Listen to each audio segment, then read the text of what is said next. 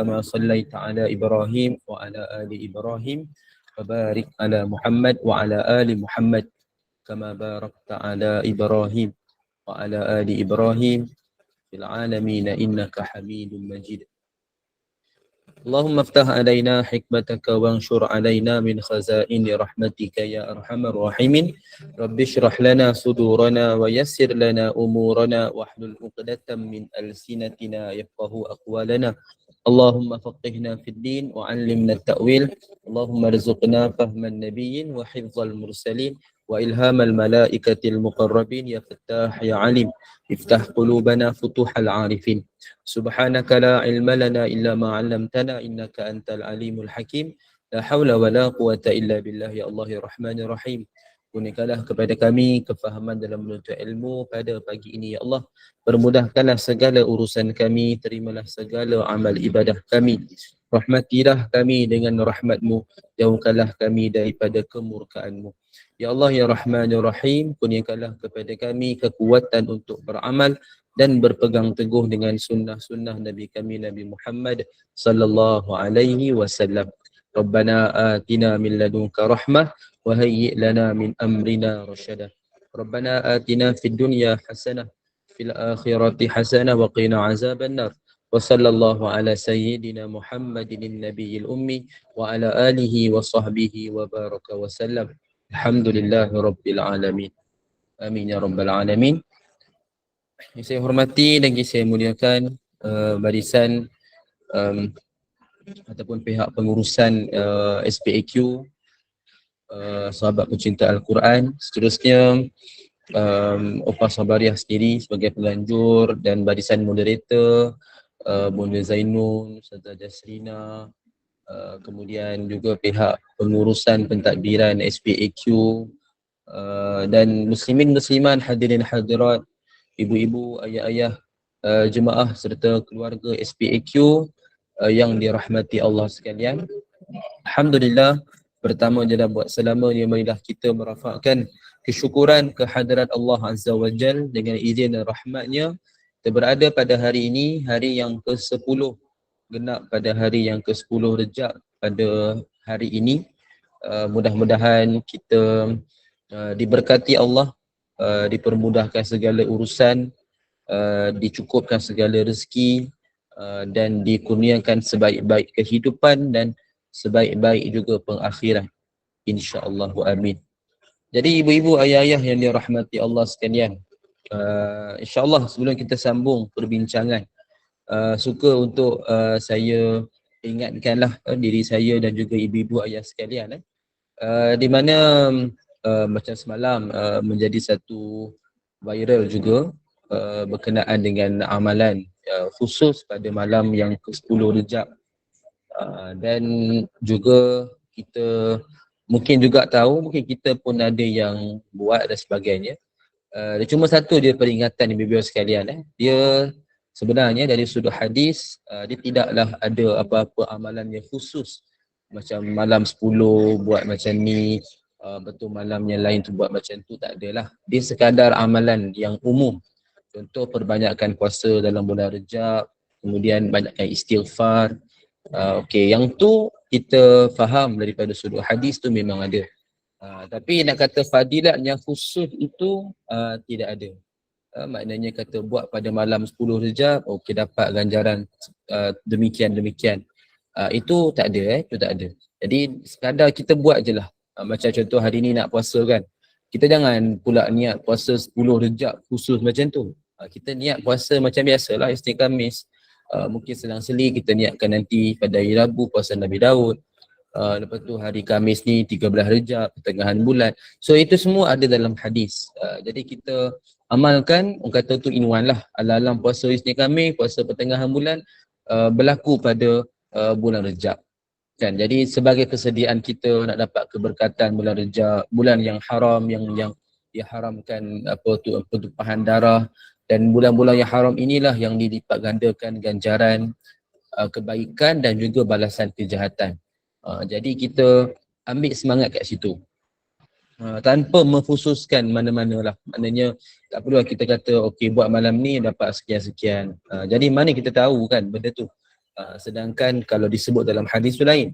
Kan, jadi dia tak disebut, maka sekadar kita ambil amalan umum. Jangan pula kita kata okey buat macam ni dapat macam ni. Kita tak tahu benda-benda gaib melainkan apa yang diberitahu oleh baginda Nabi SAW. Okay, jadi sebab itu ibu-ibu sekalian, kita amalkan secara umum sahaja. Tak perlulah kata nak fokus 10 saja kita buat apa-apa amalan. Kan, jadi sebenarnya tidak ada keperluan.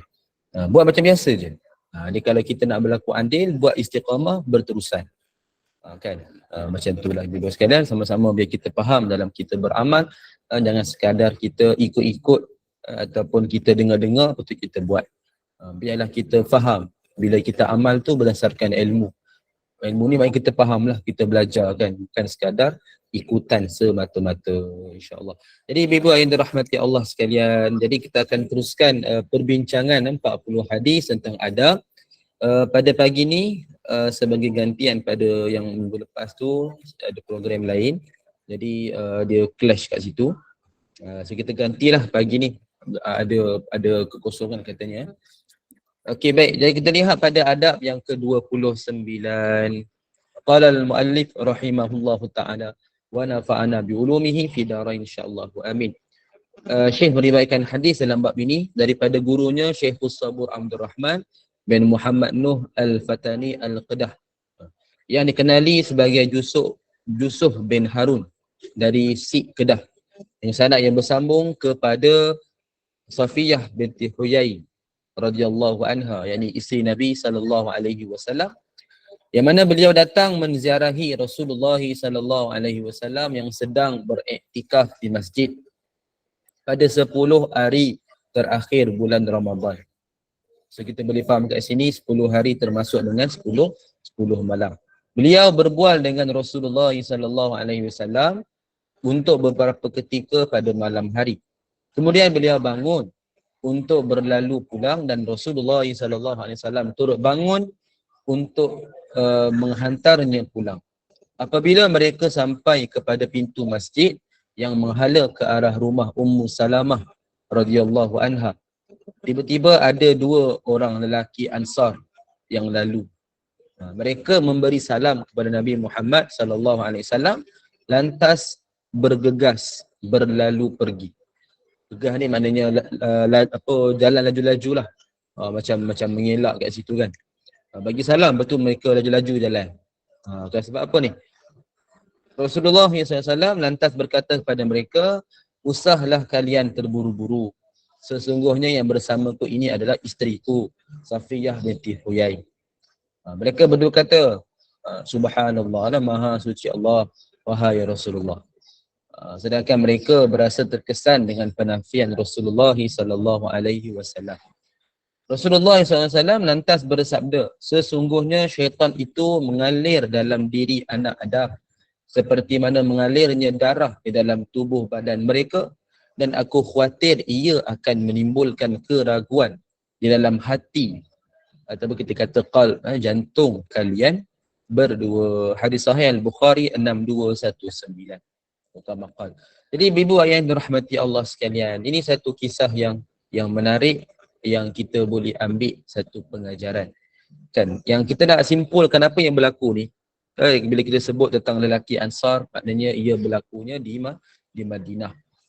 Jadi bila lelaki Ansar ni automatik berlakunya di Madinah, dan apa yang berlaku ni dalam bulan Ramadan, kan, ketika mana Nabi dan juga isterinya Safiyah binti Huyai, salah seorang isteri-isteri Nabi yang disebutkan, ada pendapat sebut 11, ada yang kata 13, pendapat apa tentang isteri Nabi. Yang pasti ia adalah sesuatu yang khusus buat Nabi. Dan kita pun tahu hikmah dia apa, kerana Nabi nak membela perempuan, wanita, dan Nabi melakukan atas dasar keperluan. Dan itu secara tidak langsung memberikan satu kelebihan, di mana umat Nabi, maknanya yang daripada jalur Nabi tu kan, kata apa, keturunan itu sampai kepada Nabi dalam kuantiti lebih ramai kan. Kalau kata isi Nabi seorang dua, jadi jalur itu tak ramai, tidak berpecah, tapi sebabkan ramai isteri maka ramai yang menjadi waris. kan, yang mendapat keturunan Nabi SAW. Sampai hari kita pun tahulah kan, contoh para habib, para habaib dan sebagainya. Jadi bimbang sekalian, itu antara hikmah tentang isteri Nabi. Kemudian dalam peristiwa ni, apa yang berlaku bila mereka nak pergi ke rumah Ummu Salamah, yang mana isteri Nabi yang lagi seorang, yang mana disebutkan masa nak hantar mereka itu ataupun nak hantar Safiyah ini, ada lelaki yang dua orang lelaki Ansar terlalu dan mereka bagi salam. Mereka bertemu Nabi, mereka bagi salam. Mereka amalkan adab. Kita pun tahu kan, bila kita pun pergi mana-mana jumpa orang, lalu mana-mana, kita yang bagi salam kan. So itu yang lelaki tu buat. Bagi salam. Lepas dah bagi salam, mereka cuba mengelak. Maknanya jalan laju-laju. Mengelak. Sebab apa? Tak nak bersangka buruk kepada Nabi. Kan, sebab nampak Nabi dengan perempuan. Kan, so kita tahu zaman tu macam mana kan, yang mana perempuan ni, dalam wanita ni dalam keadaan yang betul-betul menjaga dia punya maruah. Dia tak macam hari ni kita open. Betul zaman Nabi tu kan, wanita ni nak betul-betul jaga mereka punya maruah, mereka punya kehormatan, sampaikan afdal bagi mereka ni solat di rumah. Kan, kalau boleh berjemaah, buat berjemaah di rumah. Kalau tak pun tak apa. Itu lebih afdal berbanding mereka keluar, kerana isu keselamatan lah. Kan, isu keselamatan yang dititik beratkan. Sampai kalau boleh dalam rumah, dalam bilik, dalam tempat yang begitu terpencil, dia solat tu lebih baik, lebih utama, sebab nak menjaga betul-betul kehormatan dia. Nak kata malu tu di tahap yang cukup maksimum. Zaman sekarang ni dah agak terbalik sikit lah. Kan, agak terbalik sikit, di mana sampai satu keadaan lelaki yang terpaksa rasa malu. Kan, perempuan melakukan sesuatu yang tak berapa sesuai, lelaki pula yang terpaksa tundukkan pandangan, tak nak melihat apa-apa yang tak sepatutnya. Kan, ada pula yang jenis yang ambil kesempatan dan sebagainya lah. Jadi bimbang sekalian, memang itu antara tanda akhir zaman. Kita pun tak boleh nak elak, cuma kita jangan buat lah. Tak boleh elak ni, maknanya kita tak boleh kata tak boleh berlaku. Memang akan berlaku. Tanda-tanda yang disebut dalam hadis tentang akhir zaman, berlakunya kiamat kan, tanda-tanda kecil, berlakunya banyak maksiat, berlaku berzina dan sebagainya, pembunuhan yang banyak. Jadi benda ni memang akan berlaku. Itu telah dijanjikan. Cuma jangan kita yang buat. Itu je lah kan. Jangan kita yang terlibat. Dengan keturunan kita yang melakukan. Kita boleh doa macam tu, supaya Allah lindungi kita, keturunan kita, kenalan kita kan, supaya tak terlibat dengan benda-benda yang maksiat tadi. Kan, jadi berbalik kepada tadi tu, maknanya mereka tu, yang lelaki, dua orang lelaki tu, mereka dah mula rasa dah ada satu sangkaan yang kurang baik. Betul, mereka mengelak, tak nak fikir yang lagi negatif. Kalau mereka duduk di situ lagi ataupun bertanya dengan Nabi, takut menyebabkan Nabi terasa, menyebabkan mereka sendiri sangka buruk, hilang hormat pada Nabi. Betul, mereka mengelak. Mereka tak nak tanya apa-apa, tak nak ambil tahu langsung.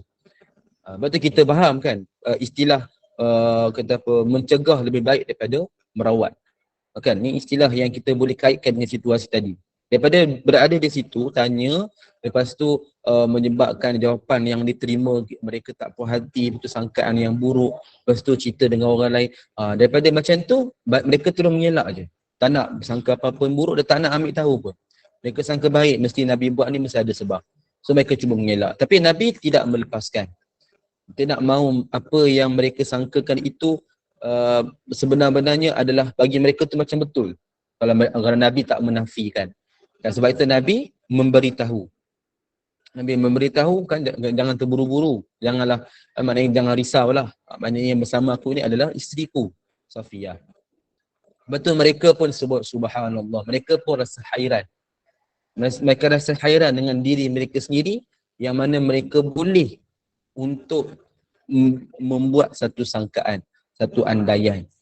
Kan, mereka rasa terkesan dengan Nabi menafikan tu. Kan, lepas tu barulah Nabi sebut tentang syaitan. Mana syaitan ini mengalir dalam diri kita, seperti mana darah ni mengalir. Maknanya dia boleh meresap dalam diri kita dan menyebabkan kita buat sesuatu yang tidak sepatutnya.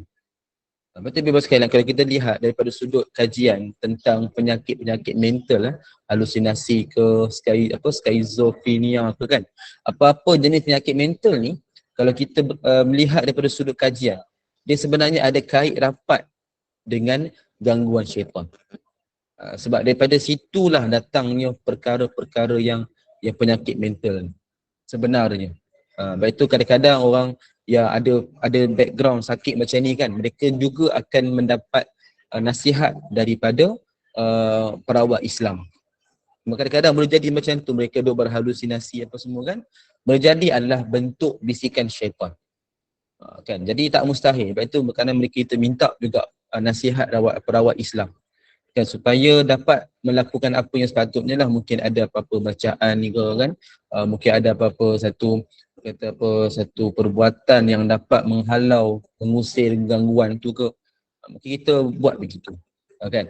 Sebab itu dah sebut dalam kat sini kan, syaitan ni boleh juga menimbulkan keraguan dalam diri kita. Sebab itu syak wasangka dengan syaitan ni tak boleh berpisah. Contoh paling mudah, paling simple yang kita rasa dari dulu, iaitu ketika nak mengangkat takbir dalam solat. Kan betapa ramai dulu-dululah orang yang memang tak yakin-yakin. Kan duk angkat takbir berapa kali kan, sampai takbir tu sebut panjang sangat. Kan sampai itu pun tak puas hatilah, rasa takut, was-was. Jangan ada penyakit syak wasangka ni, jangan ada penyakit was-was. Itu pun daripada syaitan. Buktinya apa? Dalam surah An-Nas kan disebutkan tentang waswasil khannas, kan waswas yang datang daripada syaitan yang betina ini. Kan maknanya syaitan pada jantina, dan syaitan ini pun sangat sinonim dengan penyakit waswas.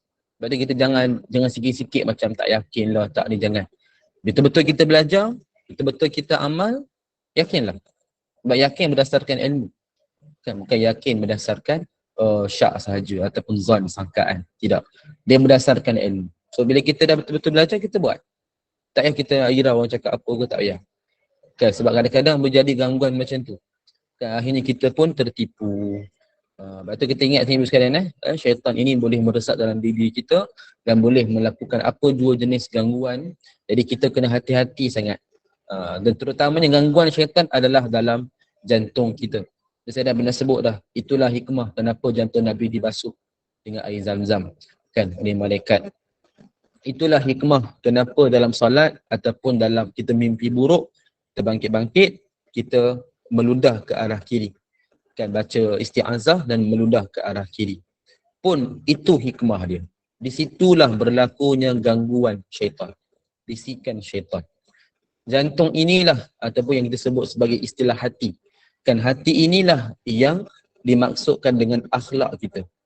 Yang Nabi sebut dalam hadis, dalam diri manusia ada satu daging, seketul daging. Kalau daging itu baik, maka baiklah jasad. Daging itu buruk, maka buruklah jasad. Iaitu apa? Qalb. Disebutkan iaitu hatilah yang kita maksudkan di situ adalah jantung. Kan di situlah adanya sifat. Sifat-sifat kita yang baik ke buruk semua kat situ. Sebab tu kita sangka buruk ke apa semua kan, dia berpunca kat situ. Kan? Dan akhlak ni dibentuk dengan ilmu dan amal.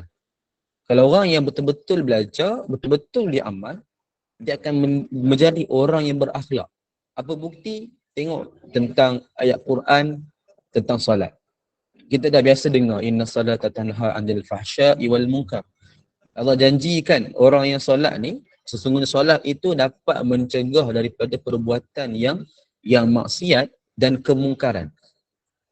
Itu tujuan kita solat. Tapi kalau masih solat dan masih buat maksiat, dia macam seiring. Solat tu mungkin sah sebab dia ikut apa yang dia belajar. Mungkin sah ikut yang dia belajar, tapi tak mencapai tujuan. Kan? Sama macam zakat. Zakat ni apa? Tutahhiruhum wa tuzakkihim. Disebut dalam ayat Quran kan. Yang mana Allah sebut tentang khuz min amwalihim sadaqah.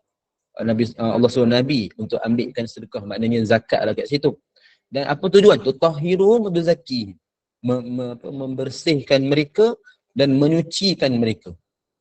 Maknanya apa? Memberikan menyucikan harta kita daripada apa jenis pendapatan yang mungkin ada was-was, maknanya apa, ada yang keraguan dan sebagainya. Kan? Jadi kalau kata kita dah keluarkan zakat tapi masih lagi terlibat dengan kata apa, jual beli yang mungkin haram, kan ada lagi unsur yang riba, kan jadi kat situ ada something yang tak kena sebab dia memberi kesan dalam akhlak kita. Dia tak boleh ibadah dan maksiat seiring sekali, dia mesti berlawanan, bukan ibadah versus maksiat, bukan ibadah and maksiat together sama-sama. So kalau kita macam tu, maknanya ibadah kita tak mencapai tujuan. Dia mungkin sah diterima sebab kita ikut syarat rukun dia, tapi tujuan tu tak sampai, objektif tu tak sampai. Itu kita risau tu pada hari ni. Kadang orang solat tapi dia boleh katakan saya solat, kan, tapi apa, saya tak tutup aurat, tapi saya orang baik ni solat, kan. Jadi tak kenalah kat situ. Sebab dia mesti betul-betul melakukan ibadah segalanya. Bukan dia pilih-pilih mana dia nak dia buat, mana tak nak dia tinggal, bukan macam itulah. Kan, so sama-sama kita kena ambillah peringatan benda ni. Jangan kita yang tertipu dengan benda ni. Lepas tu jangan kita cepat syahwat sangka. Jangan cepat sangka buruk. Kita kena sentiasa bermuhasabah. Kan, kena sentiasa bersangka baik. Apa je berlaku tu sangka baik dulu. Rasa tak puas hati tanya. Macam dalam kisah ni kan. Mereka rasa dah sangka buruk kat situ kan. Takut sangka buruk. Siapa ni perempuan yang tak kenal dengan Nabi ni kan. Mana kita boleh faham yang mereka kenal tu adalah kebarangkalian isteri yang rapat dengan Nabi, Sayyidatina Aisyah radhiyallahu anha. Kerana beliau antara yang paling rapat dengan Nabi, kan, selain daripada Khadijah. Kan, jadi kalau ada sangkaan tu, kalau mereka tanya, itu lebih baik. Kan, maknanya mereka menghilangkan sangkaan tu terus. Tahu dah, oh isteri Nabi, okey dah selesai. Tapi mereka tak tanya, mereka mengelak. Jadi sangkaan tu dibawa sekali. Kan, sebab itulah Nabi menghalang dan Nabi sebut tentang syaitan. Maknanya takut mengganggu, menghasut, memikirkan yang negatif. Oh Nabi buat boleh pula kan, fikir yang bukan-bukan dan sebagainya.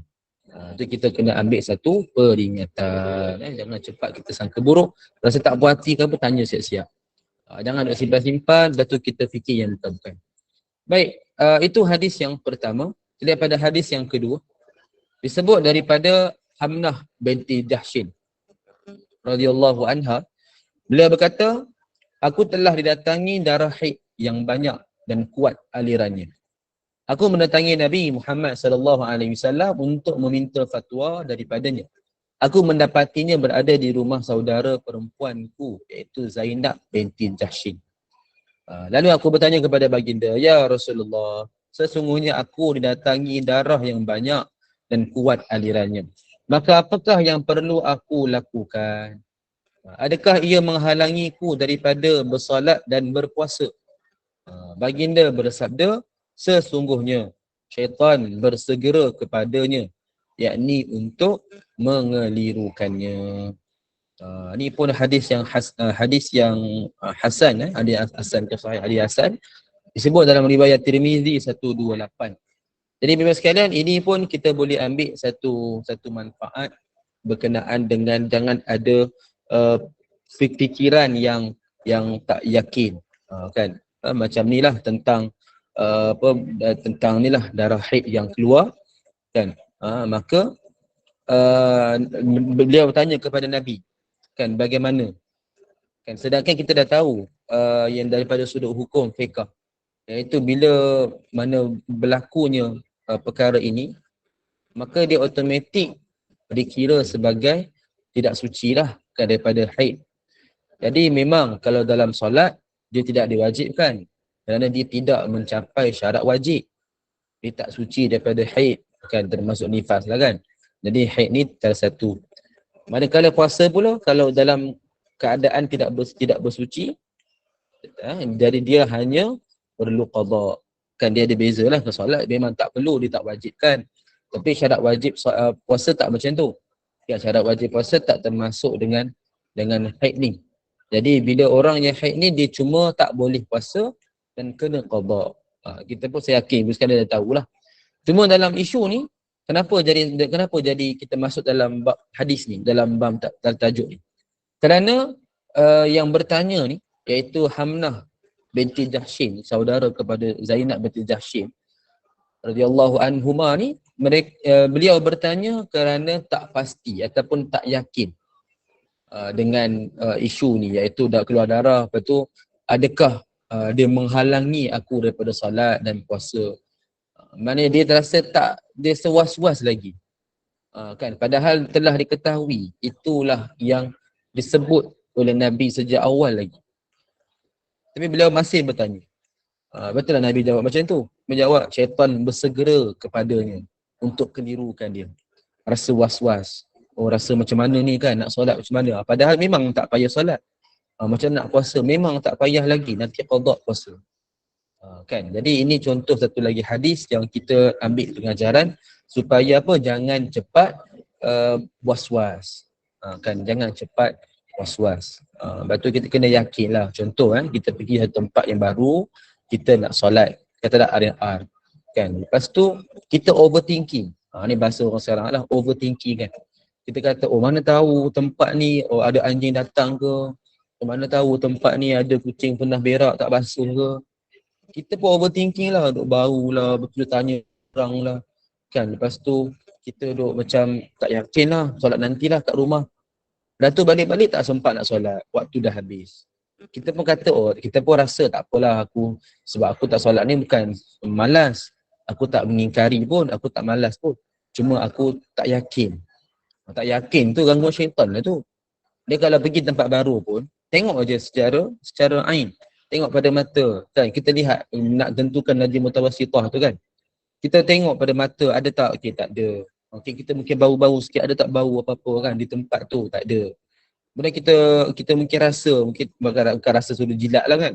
Kita rasa maknanya dari sudut macam tengok ada tak bekas-bekas tahi tu ke ataupun apa-apa najis kat situ. So kalau tak ada, kan kalau tak ada, solat je lah kat situ. Kan kenapa kita nak rasa was-was sangat? Sampai kita nak tanya-tanya bagai semua kan. Kecuali memang ada tanda. Contohlah tanda maknanya apa? Tanda sebelum kita masuk surau R&R tu kan, ada anjing baru keluar daripada surau. Itu lainlah cerita. Itu kita bolehlah kata nak hati-hati sikit lah kan, nak tengok mana tempat sesuai. Itu tak apa sebab itu dah nampak kan. Betul, kita masuk pun kita berhati-hati. Kita tanya dengan orang yang dah ada dalam tu, adakah apa-apa kan, dia anjing tu pergi mana ke. Bolehlah tanya juga kan. Tapi ni kalau tak ada apa-apa, tiba-tiba duk overthinking tu tak sepatutnya. Betul, kita pun dalam kehidupan kita sekalian, bukan beragama je lah, dalam kehidupan kita pun jangan duk overthinking. Jangan duk fikir terlalu luar daripada kotak lah kan. Macam mana over sangat lah, tak kena-mengena tiba-tiba nak fikir. Kan. Jadi tak semena-mena lah, tak sesuai pun. Betul, jangan kita fikir macam tu. Kan, jangan kita biasakan. Jadi benda tu akan jadi satu habit. Kita duk overthinking sangat kan. Tentang orang apa, nanti kadang menyebabkan apa, anxiety dan sebagainya kan. Jadi tak payah, sebenarnya tak payah, kita dah buat, teruskan je. Betul, kita bertindak berdasarkan ilmu kan. Benda tu kita yakin. Macam kita pergi tempat yang baru, tak yakin apa kan, tengok ada tak apa-apa kesan, tak ada, solat je lah. Kenapa nak terlalu overthinking sangat kan. Contoh satu lagi isu tentang pakaian kan. Pakaian yang kita nak solat, kadang-kadang kita bekerja, betul katalah kita biasa bawa pakaian spare kan. Betul kita nak solat, katalah waktu tu kita terlupa. Okey, lepas tu kita pun bagi alasan, saya terlupa lah bawa baju spare, tak bawa. Dan tu saya tak nak solat lah, saya solat kat rumah lah. Tapi takut tak sempat ni kan, buat tuan asar ni kan, takut balik-balik dah maghrib. Betul, kita kata ada tak apa-apa kesan najis ke apa? Tak ada kan. Ada tak apa-apa yang awak rasa awak ni dalam keadaan yang tak suci? Tak ada juga. Itu solat je lah. Kita pun bagi alasan, tak apalah, saya dah biasa dah pakai baju lain. Jangan gitu kan. Solat je lah, memang tak ada apa-apa, solat je. Kenapa kita nak rasa macam tu? Macam wuduk lah kan. Sama juga, kita kadang-kadang kita gunakan air yang sikit, kita rasa macam tak yakin, was-was. Alasan kita, saya dah biasa dah pakai air yang banyak kan, saya dah biasa pakai air yang laju, ni air ni sikit sangat, saya guna botol ni tak yakin lah. Jangan gitu. Kita buat atas dasar ilmu, kenapa nak risau? Satu lagi, mandi wajib ni contoh kan. Kita tahu bila mandi wajib tidak menyentuh kubur dan dubur dan tak buat benda yang batalkan wuduk, mandi wajib tu kita dah ada wuduk dah. Dia angkat hadas besar, terangkat sekali hadas kecil. Kan? Jadi kita dah mandi wajib, tak buat apa-apa yang batalkan wuduk, sebenarnya terus boleh pergi solat. Contohlah pagi-pagi kita mandi kan. Lepas tu dah niat mandi wajib dah. Okey, walaupun tak berhadas pun, tak salah pun. Niat tu dah mandi wajib, buat apa yang sepatutnya, tidak menyentuh kubur tubuh, tak buat apa yang batalkan wuduk. Lepas dah mandi tu, terus pergi solat subuh. Kan? Cuba kita buat. Bagi yang dah biasa tak ada masalah lah kan. Bagi yang orang tak biasa, dia mungkin akan jadi, oh saya rasa macam tak yakin lah Ustaz. Saya nak wuduk lagi sekali lah. Sebenarnya tak perlu pun. Sebab kita dah belajar benda tu. So kenapa kita nak kata tak yakin? Alasan kita, oh saya dah biasa ambil wuduk. No, biasa tu bukan satu hujah. Kita amal pun berdasarkan kepada apa yang kita belajar. Kan? So bila kita dah belajar macam tu, so buat. Nak risau apa? Kenapa nak rasa was-was? Kan? Itu jangan. Kan? Sifat ni sangat bahaya. Was-was ni datang daripada syaitan. Dia beza was-was dengan hati-hati. Hati-hati ni lain. Hati-hati ni dia ikut pada situasi. Kan, ikut pada situasi itu kita kata sebagai hati-hati. Tapi yang was-was ni kita dah buat tapi tak yakin lagi. Itu beza. Kan, hati-hati ni sebelum kita buat kita dah hati-hati lah.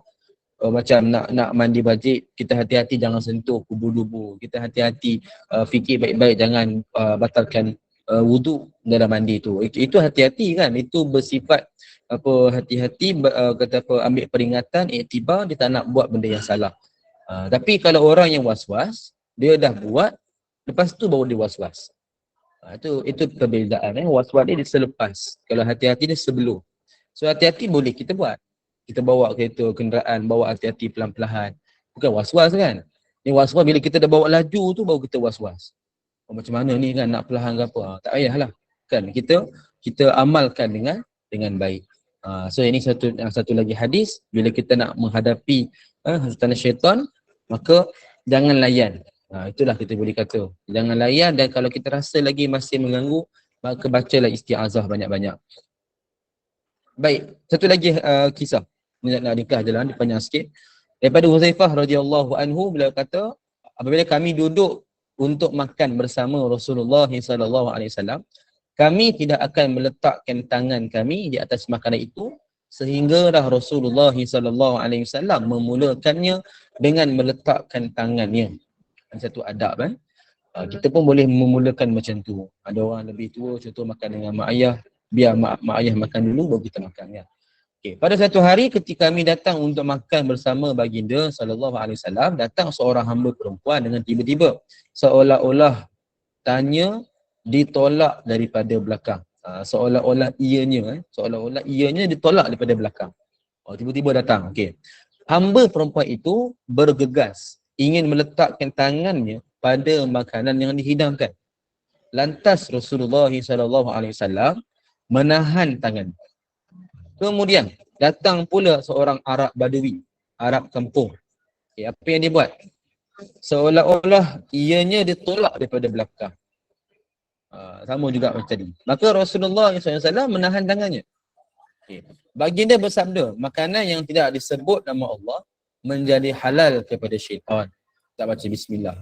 Dia mendatangkan hamba perempuan dan orang Arab Badui ini untuk menjadikan makanan itu halal kepadanya, kepada syaitan itu dengan sebab mereka. Aku menahan tangan hamba perempuan tersebut, lalu dia datangkan pada orang Arab Badui ini untuk menjadikan makanan ini halal baginya. Disebabkan orang Arab Badui. Allah yang jiwaku dalam tangannya, sesungguhnya syaitan, tangan syaitan itu ada di kedua tangan orang Arab Badui dan hamba perempuan itu. Hadis sahih riwayat Muslim 2017. Baik ibu-ibu sekalian, ini satu lagi kisah yang sangat menarik daripada hadis yang sahih yang kita patut ambil iktibar. Dia sebenarnya simple je isu dia. Tentang sebelum makan termasuklah minum membaca bismillah. Kita mungkin anggap benda ni remeh. Kan? Tapi sebenarnya setiap kita tak buat ikut pada sunnah ni, dia memberi kesan yang buruk kepada kehidupan. Contoh yang ni paling simple, baca bismillah sebelum makan. Kan ada orang dia tak baca bismillah, dia tadah tangan, dia terus baca Allahumma barik lana. kan, fima razaqtana wa qina azabannar. Lepas tu dia terus makan. Kan, salah ke? Memang tak salah. Kita tak kata oh salah, berdosa, tak sampai macam tu, tak sampai tahap yang serius macam tu lah, yang betul-betul hukum ke tak ada. Cuma dia tak sebut bismillah. Dia tidak mengikut seperti yang diajarkan oleh Nabi sallallahu alaihi wasallam. Jadi kita boleh kata Ustaz, dalam doa tu kan ada nama Allah. Kita sebut Allahumma, kan, ya Allah. Sama tak? Kan Allahumma ni dan bismillah. Sama tak? Dari sudut kalimah tu mungkin nampak macam sama. Allah tu ada kan. Tapi Allahumma, dia adalah kita berdoa minta pada Allah adanya hajat. Allahumma, kan, ya Allah apa? Kan, barik lana, berilah kami keberkatan. Kan? Tapi kalau bismillah, kita sebut nama Allah. Dia cuma sebut nama Allah, makan. Bismillah, kan. Apa-apa kita buat bismillah. Kan? Jadi, itu adalah zikir dalam bentuk lafaz. Itu yang terbaik seperti yang Nabi ajarkan. Berarti kalau kita nak baca apa-apa doa lain pun, pastikan start dengan bismillah dulu. Sebab ada juga orang dia mungkin tak perasan lah. Saya yakin dia takkan sengaja kan. Dia mungkin tak perasan nak baca bismillah tu. Dia angkat-angkat tangan terus dia baca Allahumma barik lana. Okey, itu pun kita cuba ubah dan lagi tak patut terus makan. Walaupun lapar macam mana sekali pun, dia jangan sampai terus kita makan. Makan berdiri, makan berjalan. Kadang orang lagi hebat makan berlari pun ada. Kan? Sambil berlari duk makan kan. Jadi jangan kita normalisasikan benda macam ni. Kadang-kadang orang bagi alasan, oh saya letih lah, penat lah. Oh saya berjalan kan, saya minum lah sambil berjalan. Saya minum lah sambil berdiri. Kan, kita ni kalau hidup, kita ni manusia sekalian, kalau bagi alasan, macam-macam alasan kita akan bagi. Selagi boleh bagi, kita akan bagi. Nak backup diri kita. Siapa yang nak mengalah? Kan, siapa yang sanggup mengalah kerana nak mempertahankan sunnah Nabi? Sangat sedikit. Oh ni sunnah Nabi, oh kita nak kena ikut. Berapa ramai dia orang yang sanggup, oh tak apalah aku mengalah lah, aku tak nak buat jahat. Aku sayang Nabi kan. Akhirnya dia pun duduk. Jadi agak susah. Kita akan jadi macam ego sikit. Ada orang tua kita, minum duduk lah. Ada kalau budak tu nak cerita, dia akan dengar kan. Tapi kalau contoh orang dewasa kan, dia tegur kita kan, kita akan rasa apa, oh, tak apalah sekejap je. Kita akan cuba backup kan. Jadi benda ni sekarang kita kena ambil pengajaran. Nampak simple lah, tapi benda ni adalah sebenarnya berat. Maknanya memberi kesan yang sangat buruk. Tak sebut nama Allah, menjadi makanan tu halal kepada syaitan. Maknanya apa? Kita makan bersama dengan dia. Dan menyebabkan makanan itu jadi kesan kita jadi malas, mungkin penyakit dalam badan. Tak mustahil, ni benda-benda yang gaib. Kan, benda-benda kita tak boleh nak jangka. Kadang kita rasa pelik, tahu-tahu tiba-tiba ada orang tu kena penyakit. Kan, tahu-tahu ada kena apa-apa satu musibah bagi dia. Kita mungkin akan fikir, oh dia ada takdir Allah. Tapi ada tak apa-apa takdir Allah ni yang berlaku tiba-tiba je? Mesti ada sebab. Asbab tu mesti ada kan. Jadi orang kena apa-apa sakit, penyakit ke apa semua, dia mesti ada asbab. Dia bukan tiba-tiba kita kata ni Allah dah takdirkan, betul. Tapi mesti ada asbab dia. Sebab Allah jadikan sesuatu takkan jadi suka-suka, tak ada manfaat. Allah jadikan sesuatu takkan semata-mata ikut nafsu ke, tak ada. Sebab Allah jadikan mesti ada sebab. Jadi orang kena apa-apa sakit ke apa, mesti ada sebab.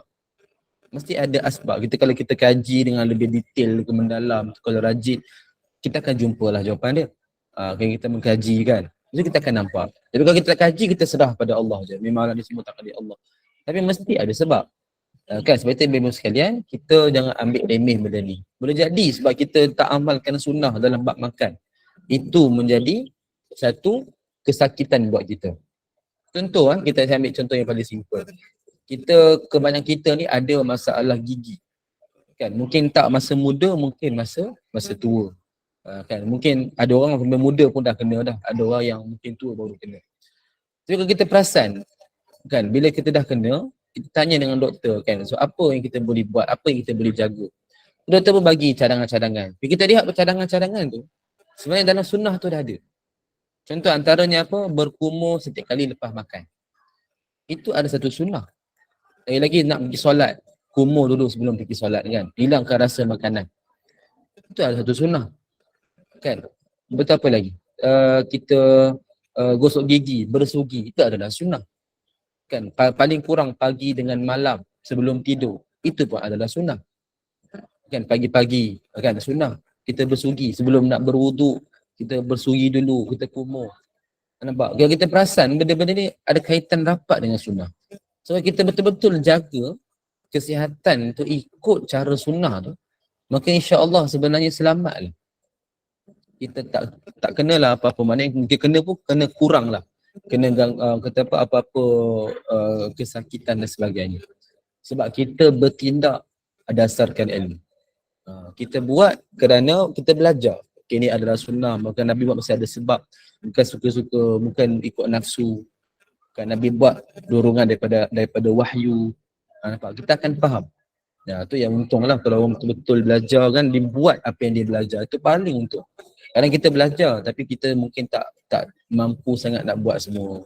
Kan, betul lah kita ingat, kalau jangan tak mampu semua pun jangan sampai tinggalkan semua lah. Kita buatlah sedaya yang kita boleh buat. So kita ambil hikmah daripada sini sekalian, kita sama-sama amalkan doa dan jangan rasa terganggu dengan syaitan. Jangan rasa kita rasa lupa dan sebagainya lah. Okay. Apa pengajaran daripada yang kita belajar tadi?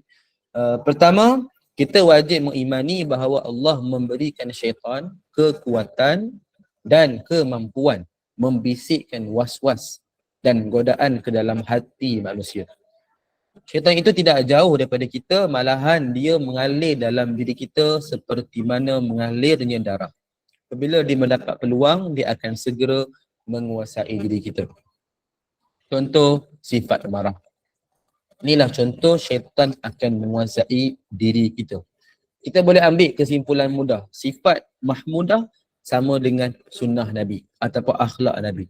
Sifat yang baik-baik. Sifat mazmumah sama dengan syaitan. Sifat ataupun sikap syaitan. So, ghadab kan, marah adalah salah satu sifat daripada syaitan. Apa tu kita kata, betul Ustaz kalau nampak maksiat kan kena marah. Dia bukan marah kepada yang buat maksiat tu. Dia marah kepada perbuatan maksiat. Ada beza. Contoh kita nampak ada orang hisap rokok kan. Kita tak marah dengan dia dari sudut personal. Oh macam kita kenal orang nama dia Ahmad. Kita benci, aku benci Ahmad tu. Sebab apa dia sebab hisap rokok? Jadi sebab kita benci tu sebab hisap rokok tu. So kita kena benci perbuatan dia tu. Jangan benci orang dia. Kalau benci perbuatan, waktu dia buat jahat, kita akan marah dia. Kita akan tegur, nasihat. Kita akan mungkin marah jugalah. Kita akan jadi marah, maknanya kita akan tegas. Kau janganlah rokok kat sini. Ini tempat awam. Jangan susahkan orang lain kan. Jangan rokok kat masjid, buat malu je. Kata geng semua macam Jumaat datang solat berjemaah. Tapi masih ada lagi rokok di bibir kan. Okay. So kita boleh tegas kat situ. Kita marah tu. Tapi tunjukkan dengan cara yang baik. Tegas kan. Tapi waktu lain tu kita jadi macam biasa je. Dia marah bila dengan perbuatan yang jahat dibuat. Tapi beza kalau kita marah kan kerana orang. Marah kita nampak Ahmad ni isap rokok, kita terus anti dia. Setiap masa dia datang kita tak layan. Setiap masa dia ada kita tak pandang, kita tak, alasan kita kau isap rokok. Habis tu kalau kita punya aib, kalau Allah tunjuk kat orang lain, sama je lah, orang pun tak suka dengan kita juga. Kan? Sebab itu jangan benci pada pelaku. Benci pada maksiat. Sebab perbuatan tu boleh berubah. Dia boleh insaf. Dia boleh kembali bertaubat. Once kita benci orang, apa dia buat semua tak kena. Perasan tak Ibu kan? Kita ambil contoh kehidupan kita lah. Kita ada yang orang kita suka, kita rapat. Ada yang kita tak suka. Sebab mungkin perangai dia tu lain sikit kan. Jadi, jangan sampai kita benci orang tu. Akhirnya serba-serbi tak kena. Apa dia buat semua kita anggap negatif. Jahat. Padahal sebenarnya dia okey. Cuma satu benda tu yang dia salah. Dia ataupun ada kekurangan. Dia contoh isap rokok ke kan. Mungkin dia cakap yang mencarut atau kan. Kita terus tolak dia. Tak boleh lah gitu kan. Kita kena berlaku adil. Lepas tu kita kena ingat benci tu pada perbuatan. Bukan pelaku maksiat. Sebab dia boleh berubah. Allah dia boleh berubah, kita kena usaha ke arah itu. Lepas tu kita kena ingat benda ni iaitu syaitan boleh menguasai kita. Contoh yang paling simple adalah ketika marah. Lepas tu bila marah ni dia hilang pertimbangan akal, dia boleh buat benda yang luar daripada kotak pemikiran. Ada orang dia marah terlalu sangat panas baran kan, sampai boleh dia mengamuk, sampai dia boleh membunuh. Keluar dalam berita kan, sampai ada lelaki yang marah bergaduh kan, apa yang jadi? Dia mengelar isteri dia dulu, lepas tu dia mengelar diri dia. Tak tahulah apa cerita dia. Nampak macam mungkin dia masih hidup lagi. Wallahualam. Cuma nak sebut apa sebab, kita tengok sebabnya apa? Bergaduh. Sebab perselisihan faham. Ini contoh boleh berlaku sampai macam tu. Menyakitkan diri, mencederakan diri sendiri. Mencederakan orang lain pula. Sebabkan marah tu.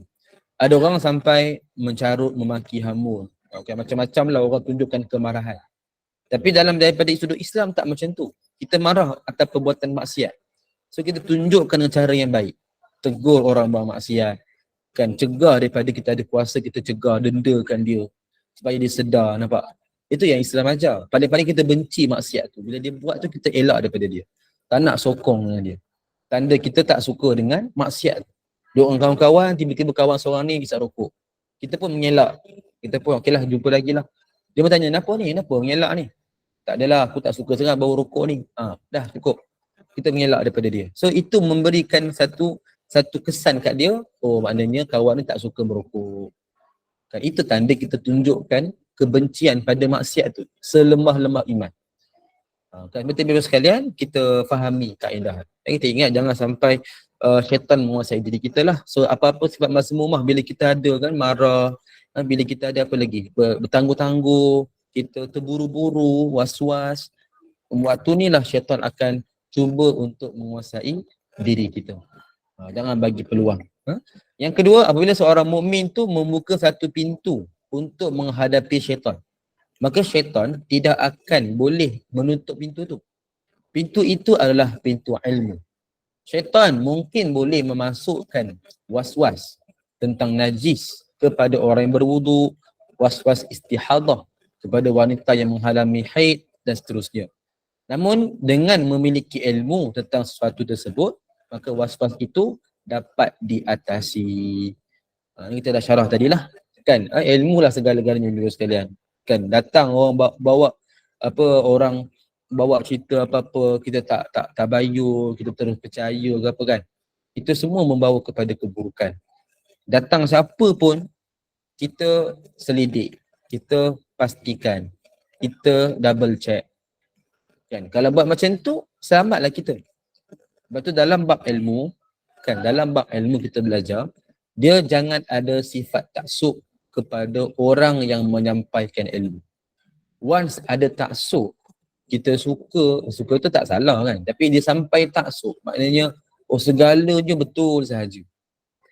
Kan, akhirnya boleh jadi sampai satu masa mungkin orang yang kita suka tu dibawa sesuatu yang mungkin salah, mungkin dia tak check betul-betul, kita pula membenarkan sahaja. Kan? Dan itu boleh menyebabkan keburukan. Datang orang lain buat teguran, kata ni tak betul ni, salah ni. Kita sebab taksub dengan dia, kita pun kata engkau siapa? Kan guru aku lagi hebat. Contohlah. So ni yang kita tak nak budaya macam ni. Taksublah pada ilmu, jangan taksub kepada orang yang menyampaikan ilmu. Sebab boleh jadi kita ni manusia biasa. So boleh jadi kadang-kadang salah, mungkin tersilap sebut, tersilap nukil, kan macam-macam lah dalam bab ilmu ni kan. Lepas tu jangan kita sampai ada sifat taksub. Taksub itu pun salah satu cerminan ataupun kiasan kepada sifat syaitan. Dia taksub kepada diri dia sendiri yang dialah paling hebat. Sebab itulah dia tak nak sujud kepada Nabi Adam AS. Walaupun Allah perintahkan, tapi dia taksub dengan diri dia, dia takabur dengan diri dia. Dia kata dia yang paling hebat. Akhirnya dia berani melawan perintah Allah. Sampai dia dilaknati dan direjam. Jadi kita jangan ada sifat macam ni. Taksub pada ilmu tak apa. Kita belajar, kita betul-betul tahu, kita ambil tahu, kita fahamkan situasi apa-apa yang datang masalah ke apa-apa, kita betul-betul fahamkan. Jangan sampai kita, sikit-sikit kita terus mengata. Kadang-kadang orang mengata ni pun buruk juga. Percakapan kadang dia maki, mencarut, cakap yang bukan-bukan, melabelkan orang. Ini pun satu budaya yang langsung tak bagus. Kita biarlah tunjukkan akhlak yang baik daripada percakapan. Percakapan itulah cerminan kepada ilmu dan amalan kita. Ni kalau kita hebat belajar mana-mana pun, tapi akhirnya sampai cakap yang kotor, tak ada hujah, tak ada ilmu, ikut emosi, kan? Akhirnya menunjukkan kita ni sebenarnya tak faham pun tentang agama dengan baik. Dan akhir sekali, kejahilan, kelalaian, meninggalkan zikir, bau-bau yang busuk, duduk dalam tandas dengan lama dan seumpamanya ni adalah antara sebab yang membolehkan syaitan menguasai diri anak Adam. Sesama dengan apa? Perkara-perkara yang jahat lah. Kan? Apa segala-segala sifat yang buruk semua ni datang daripada syaitan. Kan? Datang daripada gangguan syaitan. Kadang-kadang kita ni, fitrah kita, nafsu kita pun ada benda-benda jahat. Kadang ada orang memang jenis yang suka marah. Ada orang memang jenis yang buat benda yang lara. Kan? Tapi bila kita belajar, kita akan tahu, oh marah ni tak boleh. So apa solution dia? Kita pun akan belajar, kita pun akan buat. Kan? Mungkin ada orang jenis macam tu, dia jenis panas baran kan. Dia dululah masa dia kecil-kecil kan, dia panas baran, dia mungkin cepat marah.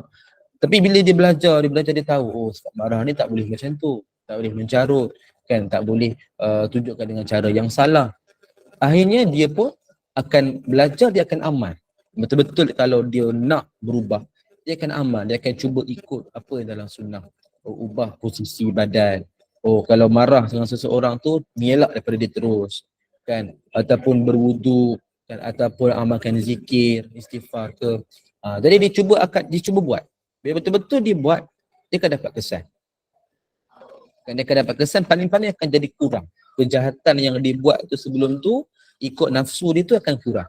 Sebab dia dah betulkan dengan ilmu.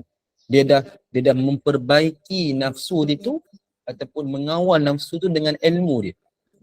So ilmu tu akan menguasai nafsu dia. Dia tahu benda ni maksiat tak boleh buat. So ilmu tu dia amalkan. Bila dia amal, dia akan menguasai nafsu. Tapi kalau kita ada ilmu tapi tak buat, maka akhirnya nafsu pun masih lagi menguasai diri kita. Kan? Sebab itu bila sekalian kita ingat ni, antara benda-benda yang jangan kita buat. Jangan jadi orang yang jahil. Maknanya apa-apa yang datang, apa-apa kita kena betul-betul fahami. Kan? Apa-apa yang ilmu kita belajar betul-betul kita faham. Jangan sekadar kita buat ikut-ikutan. Betul, jangan kita lalai. Jangan sampai leka melambatkan solat. Jangan kita anggap benda tu remeh. Jangan sampai kita bermudah-mudahan lah dalam kebaikan kita anggap oh sunnah je tak apa, tak buat. Jangan macam tu lah. Jangan zikir pun penting daripada sudut rohani. Bau-bau pun yang menyebabkan syaitan suka pada kita. Bau yang busuk, duduk tandas lama-lama tak ada sebab. Sebab tu bila pergi tandas ni biar betul-betul ada hajat. Betul-betul qada hajat, buang air betul keluar. Ada orang pula dibawa buku lah, dibawa handphone lah. Duduk macam tu lama-lama kan. Dia handphone main dan sebagainya. Kita kena ingat itu tempat yang tak disukai. Sebab itulah kubu syaitan. Kata bahasa mudah dia tempat syaitan melepak lah. Tempat yang kotor, ada najis, itu yang disuka. Kan tempat-tempat yang jahat tu yang disuka. Kita pula kata, oh tak apalah Ustaz, bukannya apa pun, saya bukan buat maksiat pun, dia tandas je nak main handphone kan. Sambil-sambil saya buang air, saya main handphone. Masalahnya buang air tu dah habis keluar. Jadi kita duduk situ macam nak menginap kat situ pula. Ada pula orang sampai letakkan aircon dalam tandas kan. Macam tu sekali. Janganlah sampai macam tu sekali kan. Biar kita ni fahamlah kan. Sebab itu kalau boleh tandas tu yang ada dalam bilik kan, tutuplah selalu pintu dia. Jangan dibiarkan buka. Kita ingat tu, itu adalah tempat tinggal syaitan. Betul ada orang di trauma, dia tak nak buat tandas dalam master bedroom dia. Walaupun sekarang ni style macam tu kan. Dia sampai tak nak buat. Kita apalah kan. Tapi kalau yang dah buat ataupun kita nak senang, nak selesa macam tu, tutuplah pintu, jangan dibuka lah. Satu sebab syaitan, satu lagi sebab bau pun kita tak selera juga. Kena pula duduk makan depan-depan dengan tandas kan, lagi tak selera kan. Jadi sekarang sama-sama lah kita cuba amal, jangan sampai syaitan menghasut dan menguasai diri kita. Mudah-mudahan kita dapat perlindungan dengan Allah daripada syaitan-syaitan ini, daripada kita juga mungkin melakukan perkara-perkara yang maksiat. Mudah-mudahan lah, insya-Allah. Itulah wallahu taala a'lam wa ilmuhu wa atam. A'udzu billahi samil alim minasyaitonir rajim. Bismillahirrahmanirrahim. Alhamdulillahirabbil alamin wassalatu wassalamu ala asyrafil anbiya'i wal mursalin sayyidina Muhammad wa ala alihi wa sahbihi ajma'in. Allahumma inna nastaudi'uka ma 'allamtana farjuduhu ilaina inda hajatina ilaih. ولا تنسينه يا الله يا رب العالمين. ربنا آتنا في الدنيا حسنة في الآخرة حسنة وقنا عذاب النار. وصلى الله على سيدنا محمد النبي الأمي وعلى آله وصحبه وبارك وسلم. الحمد لله رب العالمين. آمين يا رب العالمين. أقول قولي هذا ونستغفر الله العظيم لي ولكم. سبحان الله وبحمدك لا إله إلا أنت أستغفرك وأتوب إليك. بسم الله الرحمن الرحيم. والعصر إن الإنسان لفي خسر إلا الذين آمنوا وعملوا الصالحات وتواصوا بالحق وتواصوا بالصبر. والسلام عليكم ورحمة الله وبركاته.